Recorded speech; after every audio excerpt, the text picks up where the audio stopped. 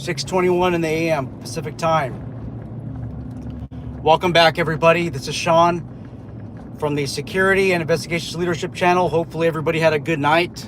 Hopefully you're going to have a good morning, or hopefully you're going to have a good evening, or hopefully you're going to have a good graveyard shift, depending on when you watch this video. Hey guys, we got some training coming up. We have active shooter training, the 2-day class, 2 times a month. 2-day class, 2 times a month, 16 hours in eastern San Diego County. If you have a armed security permit and you have security guard registration and you are free from any felony convictions, violent crimes, definitely consider attending our class. Check out the description box below. Now I want to talk about flashbangs. Flashbangs this is primarily for police. I'll address it with security because, 90% of the viewers involve security. How did this discussion even begin? So in the morning, I checked my Instagram feed. By the way, I have an Instagram channel of the Firearms Trainer, and I was following a company called Apex Training Concepts, I believe. I believe the content creator I think he's a full-time SWAT operator. I don't know, and I know he's a military combat veteran. But anyhow, he asked the question of whether patrol officers should be having flashbangs. Let me discuss what a flashbang is before we begin. A flashbang is considered a diversionary device. It's used to distract somebody. And basically what it does is it emits a lot of light.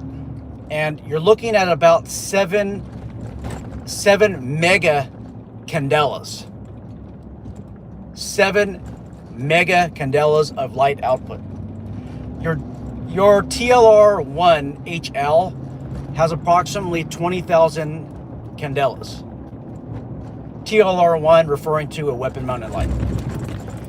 The TLR-1, just the classic version, I believe in anywhere between 7,000 candela to 10,000. I don't remember the exact number, but here you have a diversionary device, or diversionary devices in general, easily have 7 mega candelas. That's a lot of light.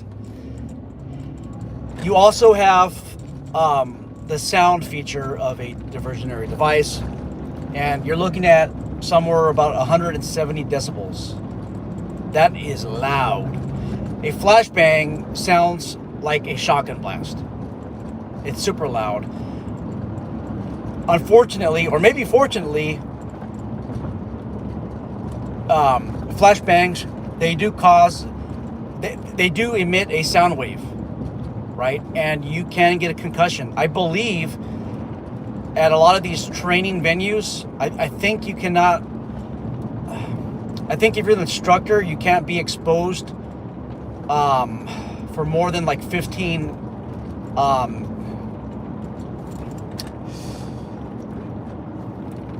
activations or deflagration. I think we're calling it deflag. You can't call it detonation. It's deflagration, right? Or defrag. Sorry guys, I just barely woke up. They're primarily used for when you want to use speed, surprise, and violence action. So let's just say there's like an active shooter situation, or a situation where you need to get in fast and use speed, violence, surprise, speed, violence of action in a situation, then you use a flashbang.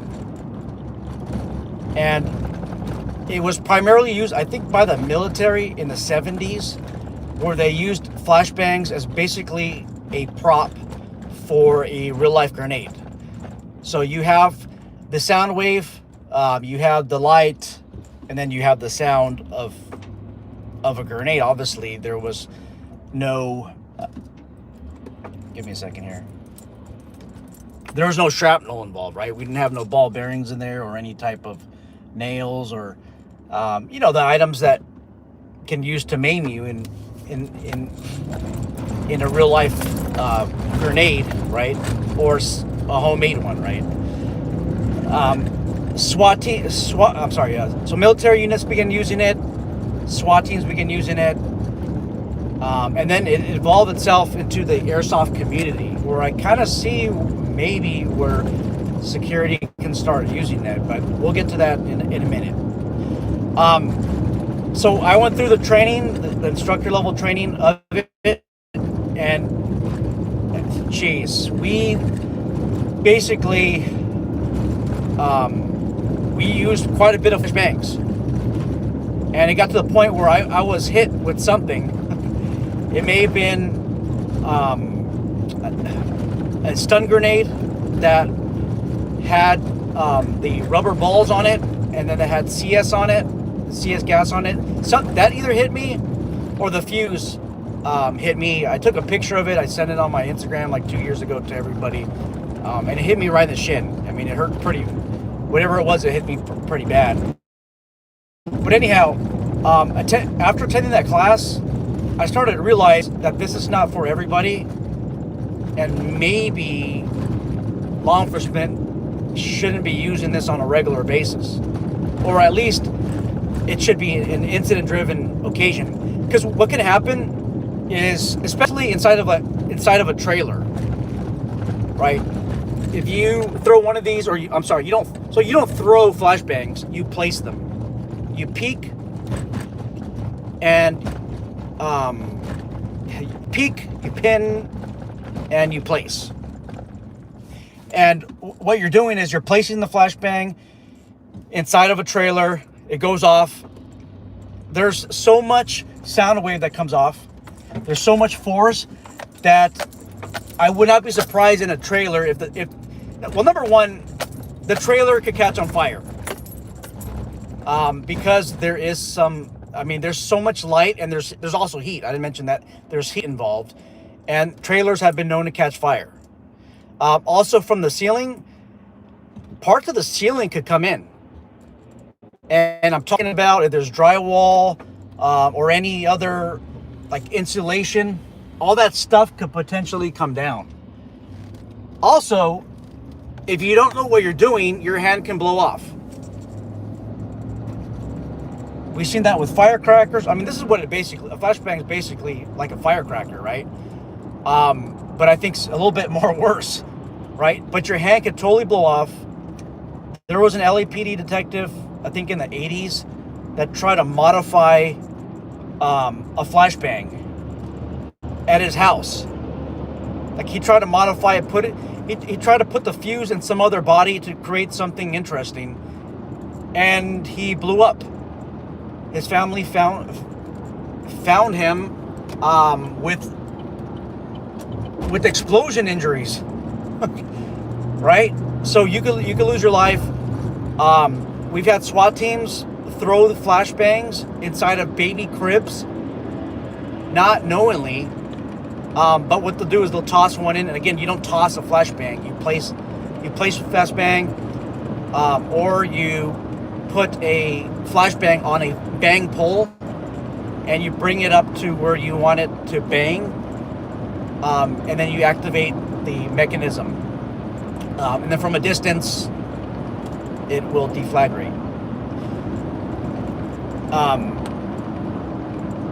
But anyhow, SWAT teams have been known to throw these flashbangs inside of houses. They land on kids' beds, cribs, and you might not even survive a flashbang if that happens. Now, the question on Instagram, basically from Apex Training Concepts, was, do you think this is something for patrol? Now, on the security side, patrol can mean security or police, right? On the security side, I don't think so, unless you are with a trained team. So maybe you do active shooter response. Maybe you're a dedicated team to that, which is basically an incident-driven team. I would say yes. If you're on some SRT team, special response team, ERT, emergency response team, or ERO, emergency response operation team. If you are a real team in security, I could see. However, you're not going to get the ATF permits for that. ATF is not going to grant you a license. I mean, it's regulated. You now, on the other hand, you can get one of the airsoft ones, which is, it's kind of a gray area, but not really. I believe there's a place in Florida that offers it for sale. They're very expensive. You're looking at about $60 to $80 a piece. Plus, you have to pay for hazardous materials shipping. So they are not cheap at all. And I think that the airsoft ones, or these, training simulation ones, and I think also this company called Royal Robbins or Royal something, or Royal Arms, that offers it, and basically, it looks like a shotgun shell. You're placing the shell inside of this device, and it's obviously a blank. And then what you're doing is you're actually not placing it.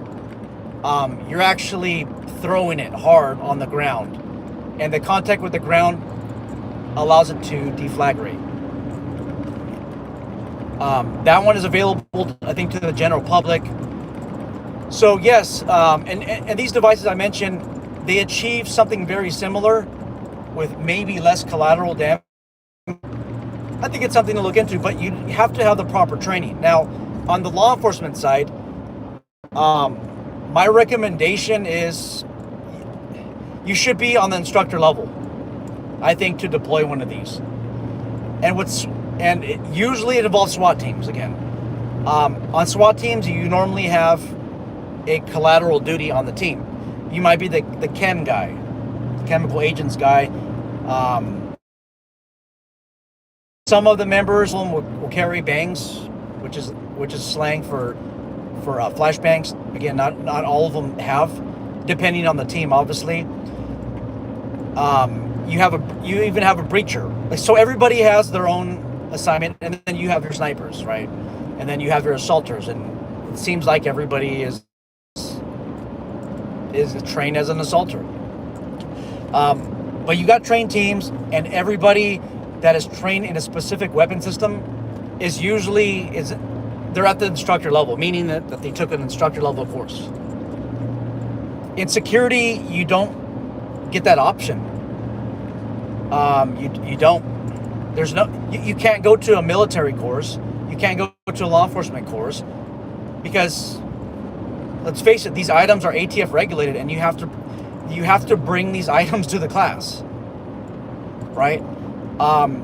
Can you bring the airsoft quality ones to these training courses? I don't know of any law enforcement agency that's going to let you in these courses, honestly.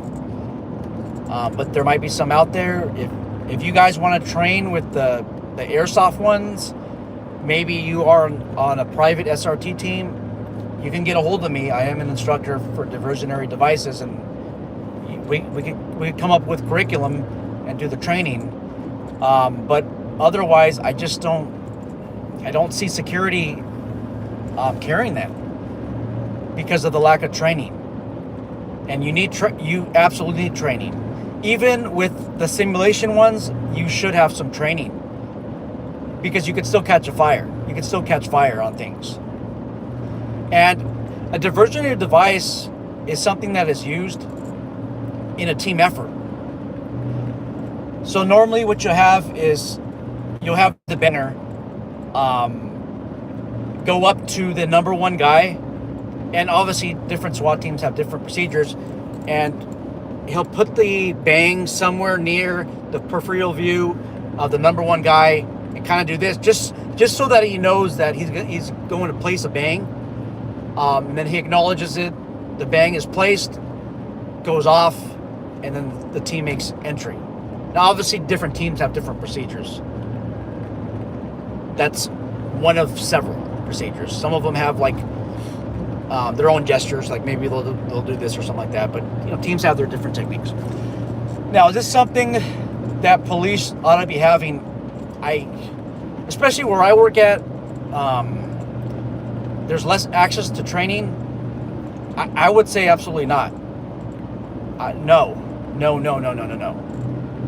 absolutely not.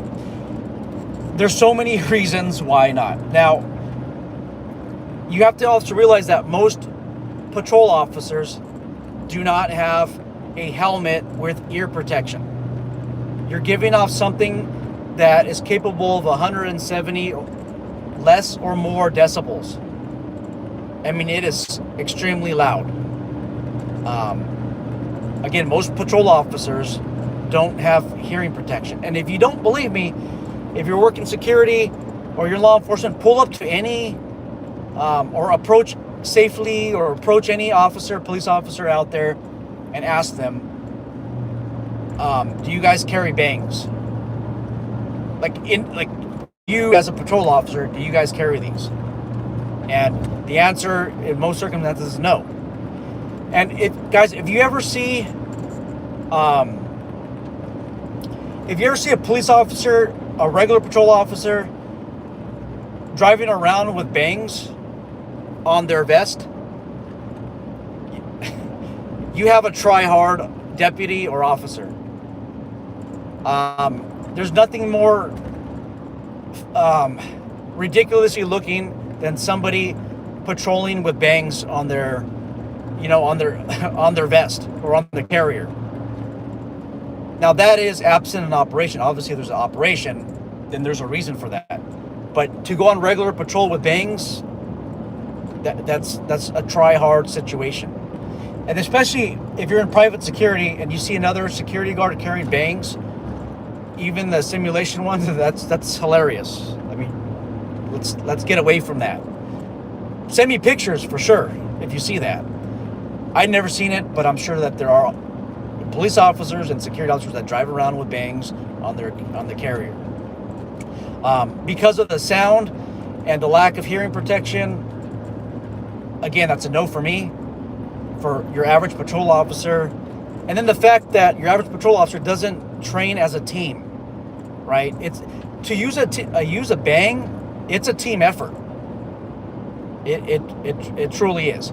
Eye protection, right? Are these police officers, these security officers, are they wearing eye protection?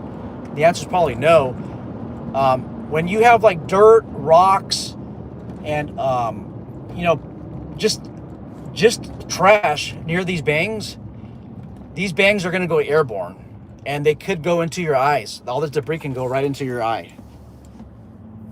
FCJ9 says, I'm speaking for a security officer.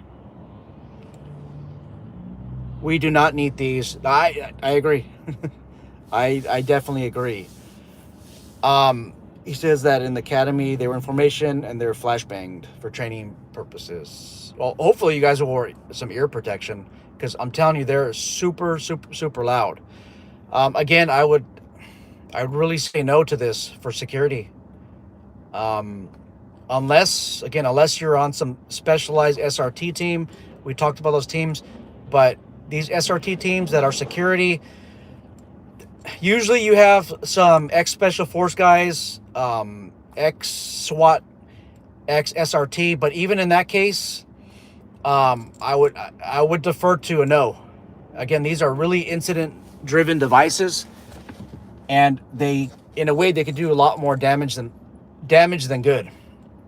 But I figure I just touch on the topic because, again, there was an Instagram video or a post on it, and they asked.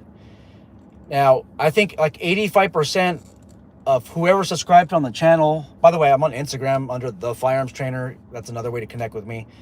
85% of the subscribers or whoever saw the post or whoever responded, they said yes to flashbangs for patrol. And I don't think that most of those people are trained with flashbangs. I mean, I went through a 2-day instructor level class on it.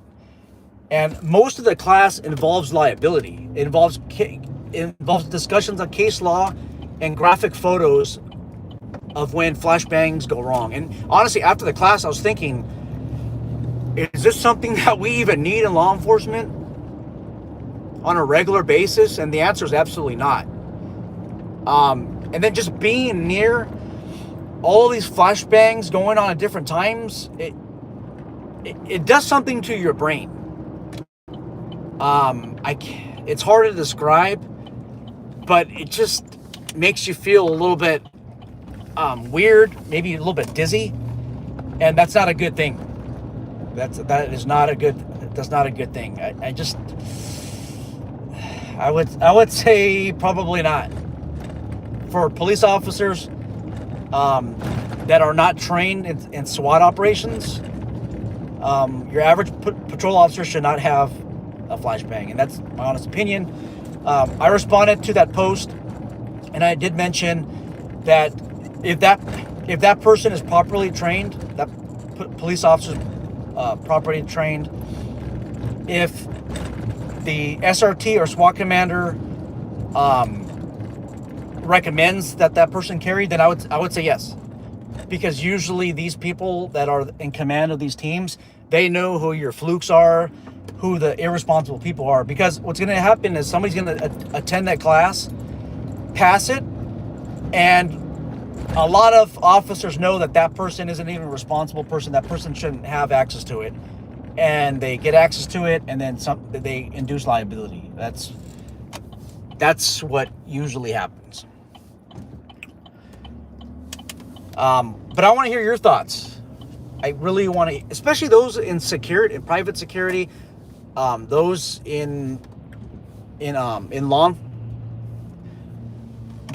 enforcement, who are not SWAT trained. What do you guys think? I really like to know. Let me just go to the comments real quick. Social Security Specialist is here. You should see my TLR 1XHL. I bet. Kenny says no. Part of me says no, because it makes people think they're being shot at and suspects react accordingly. Yeah, I agree. They have practical use and tactical teams for pre-planned warrants and yeah, pre-planned.